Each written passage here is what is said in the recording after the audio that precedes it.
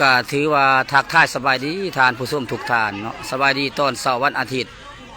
วันที่15กุมภาพันธ์2026เด้อตอนนี้เว้าคันบ้านนาก็มาตลาดบ้านแกงหวดตลาดนัดบ้านแกงหวดเมืองคงเซโดนแขวงสารวัตรเด้อทุกคนเด้อเนาะ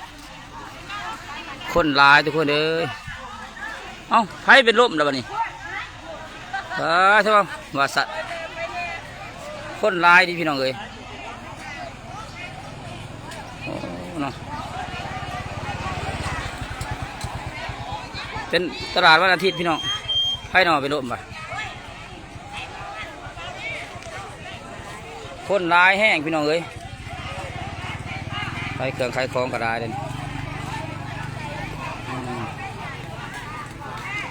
ไปได้แม่งนอนไปซื้อค่ะจานตาก็มาเนาะร้ายพี่น้องเอ้ยคนร้ายนี่มื้อนี้วันอาทิตย์ที่15นี่กุมภาพันธ์2026นี่คนบ้านไหนเราเป็นยังฮะเนี่ยโอ้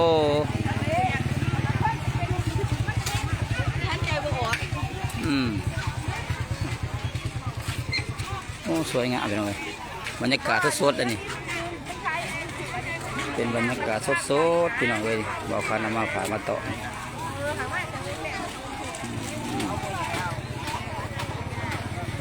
สดเลยบรรยากาศ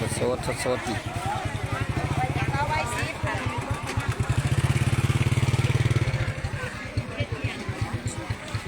สีของคลายลายเป็นวันหน้าต่อเลยเสียชิมได้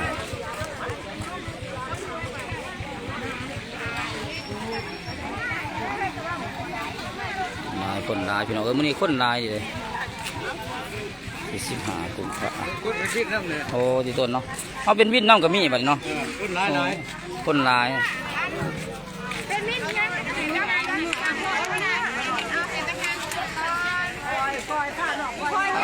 เอานางก็ได้เอานางก็ได้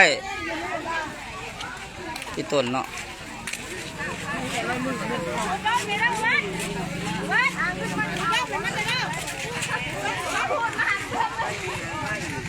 คนลายจัง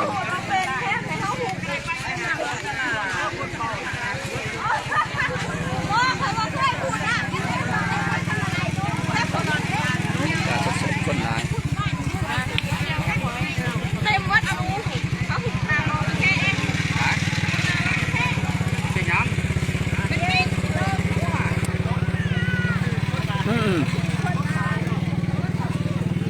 นี่ท่านตากนี่มาพร้อมครอบครัวนี่แม่คอยนี่โอ้สาวเรางามเลย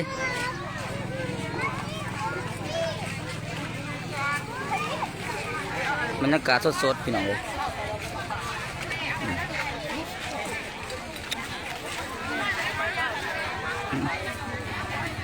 บรรยากาศสดๆเลยคนลายพี่น้องเลยตลาดบ้านแกงบวชเฮามันคงเซโดนแขวงสารวัตรเบาคันกระเดมาน้ำเพลินทุกคนเอ้ยบรรยากาศ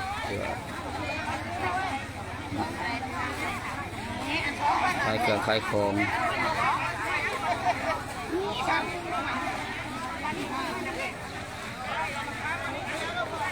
ตลาดนัดพี่น้องเอ้ย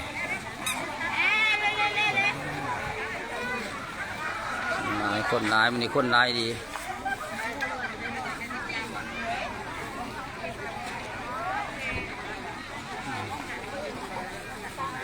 เป็นการสื่อขาย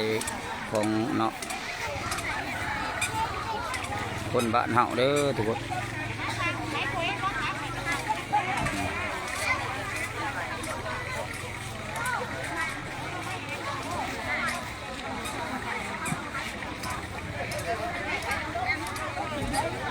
เบาคันขอบขอบใจทุกท่านที่ให้เกียรติติดตามรับชมเด้อเนาะฝากกดไลค์กดแชร์กดติดตามให้เนาะขอบใจ